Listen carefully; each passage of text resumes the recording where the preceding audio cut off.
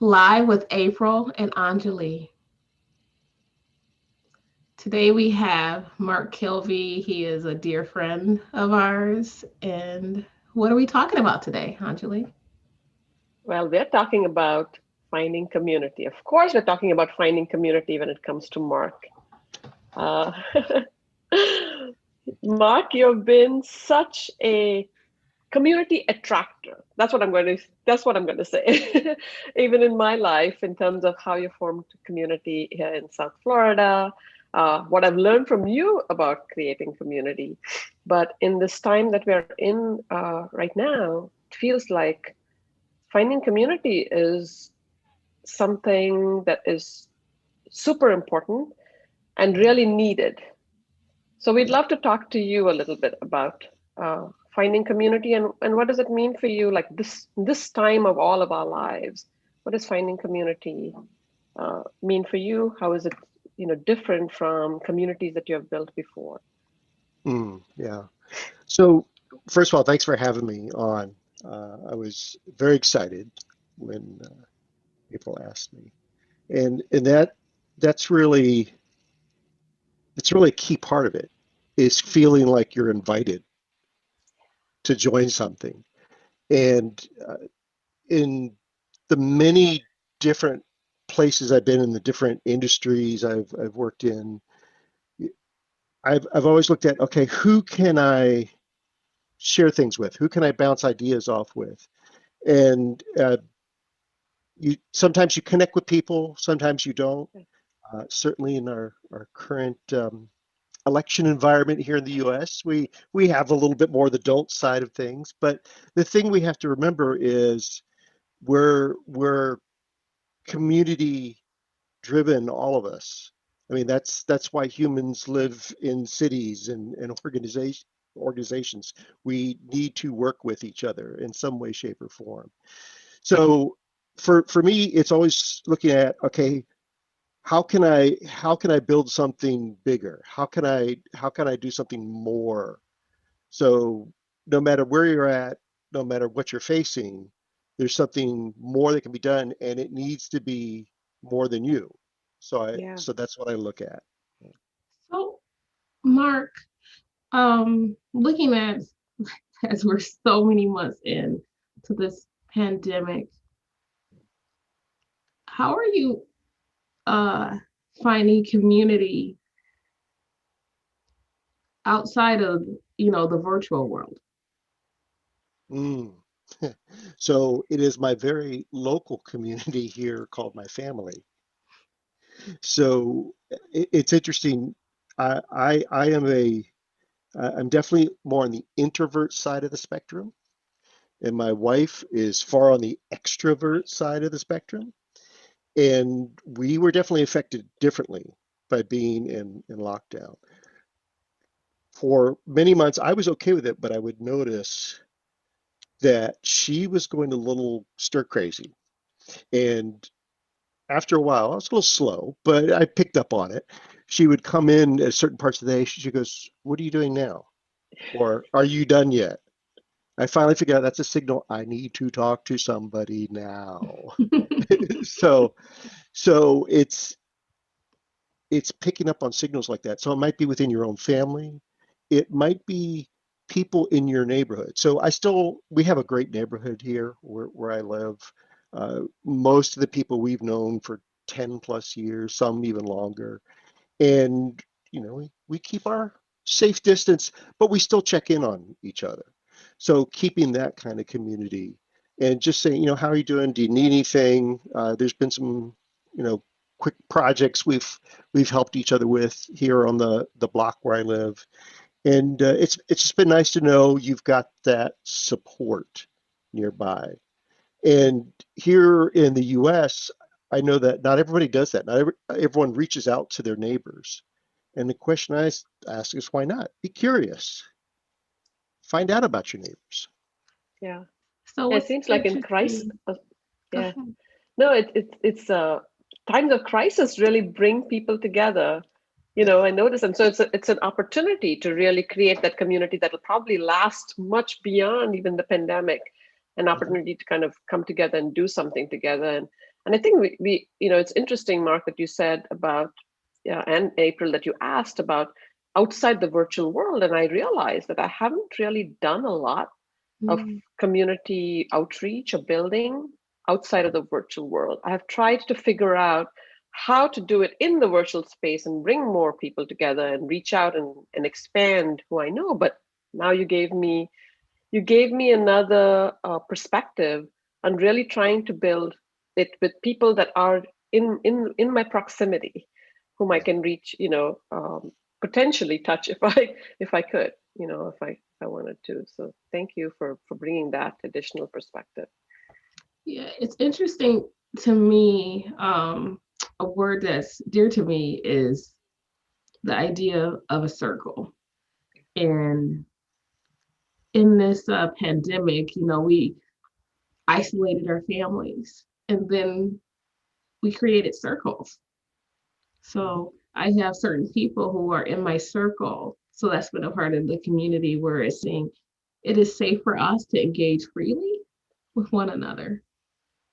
Yeah. And so I have and one is my neighbors next door. They were actually, I would say, a part of our circle before pandemic, but doing the right thing, we isolated from one another, even though it's next door. And it's kind of difficult, especially with kids.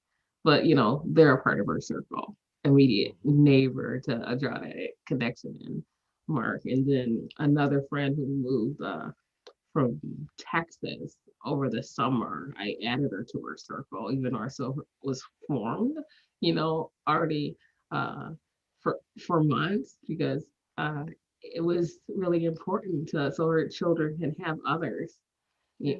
uh, in their lives, you know, in person, and people that you can touch.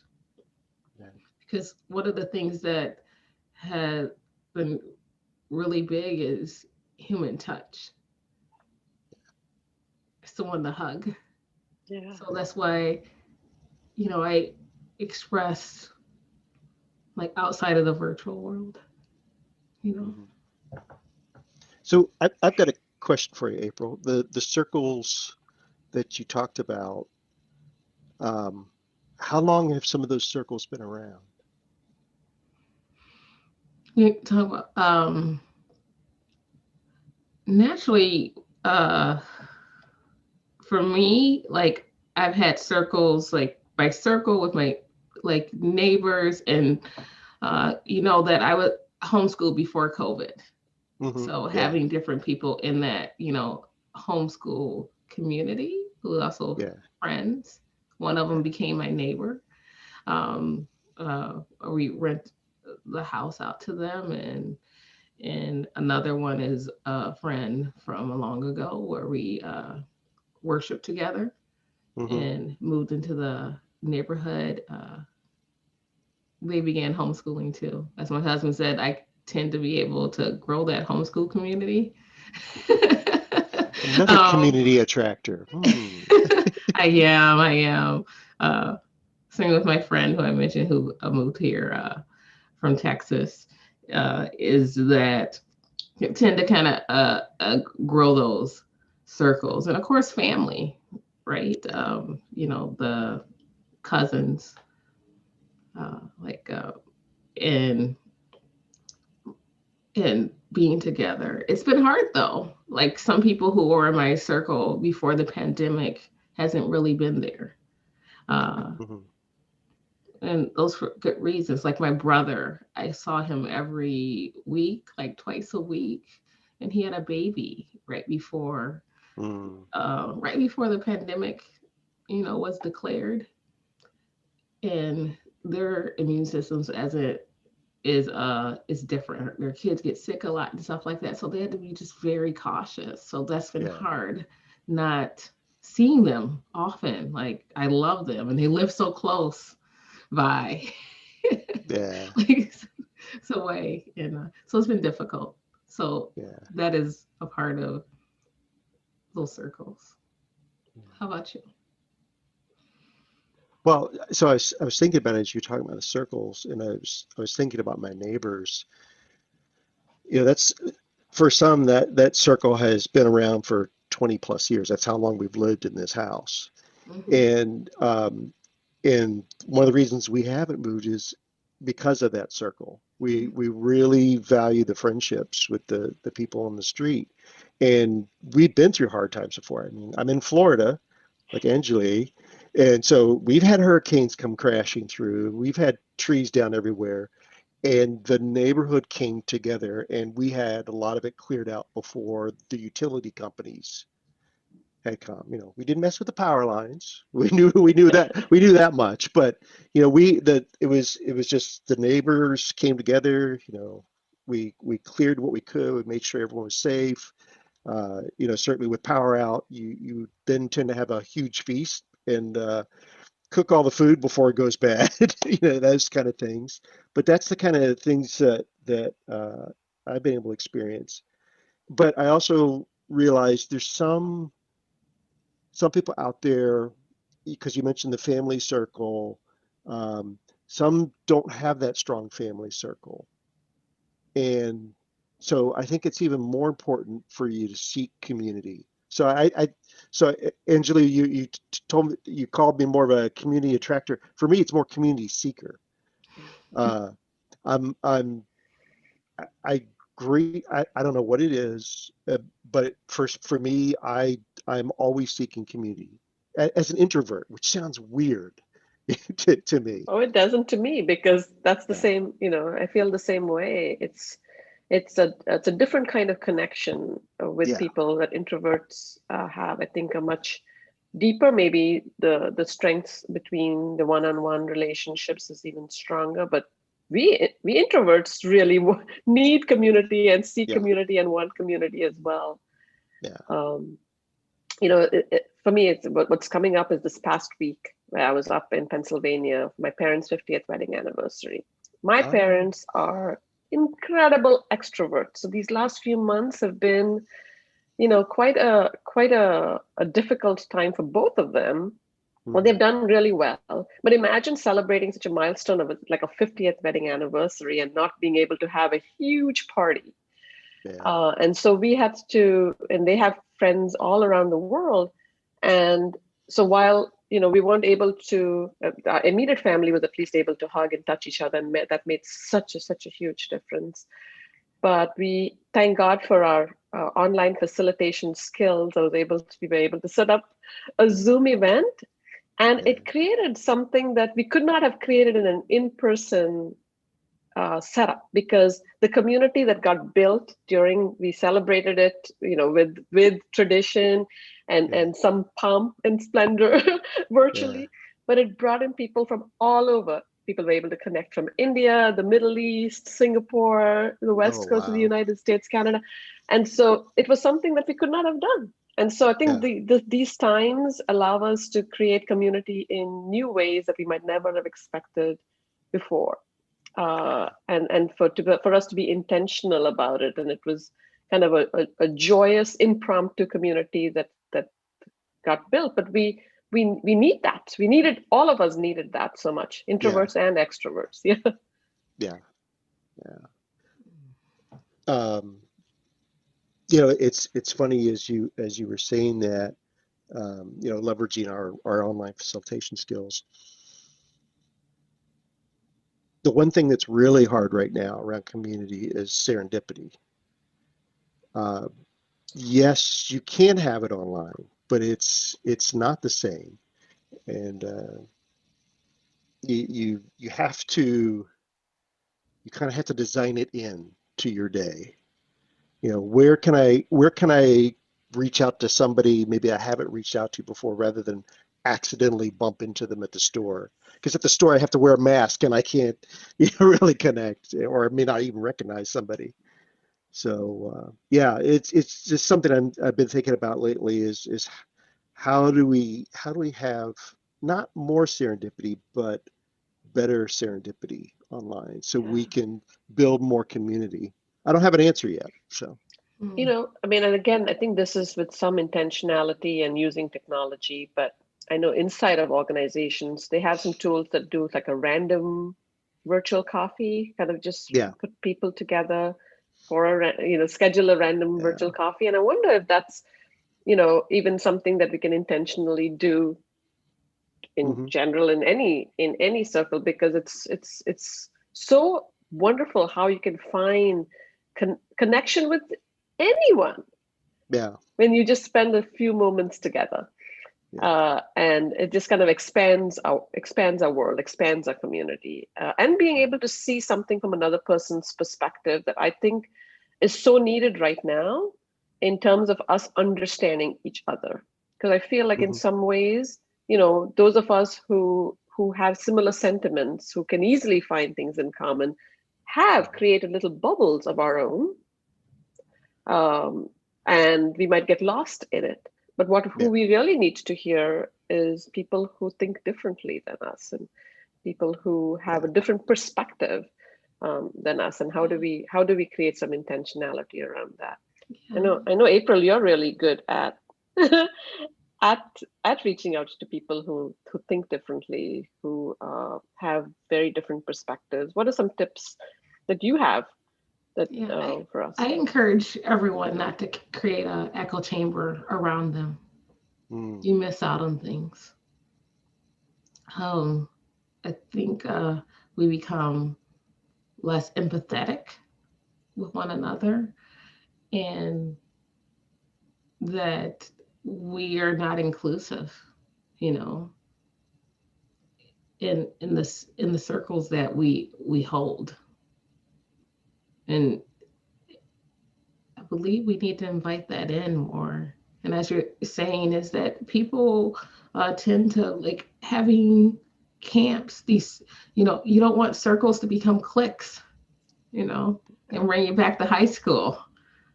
Where that, although in high school I was never a part of any cliques, I kind of had friends in all the different cliques. That was a natural part of who I am, because I saw people as people and not as someone that, I can't connect with you because you're in this camp. I'm personally shocked by that, that you were like that in high school. I'm totally shocked. No, it's just I have a love for others, and for us to be more whole with one another, you have to see beyond.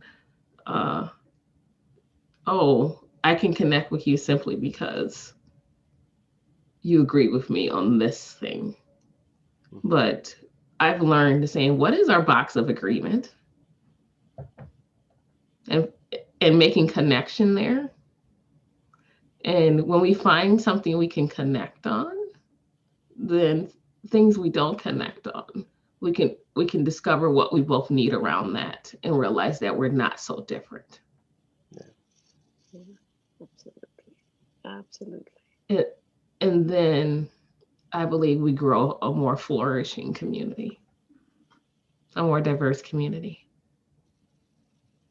And that hopefully, like, whether our community is our neighborhood, our town, our city, our state, our country, that we become closer together instead of so far apart. So,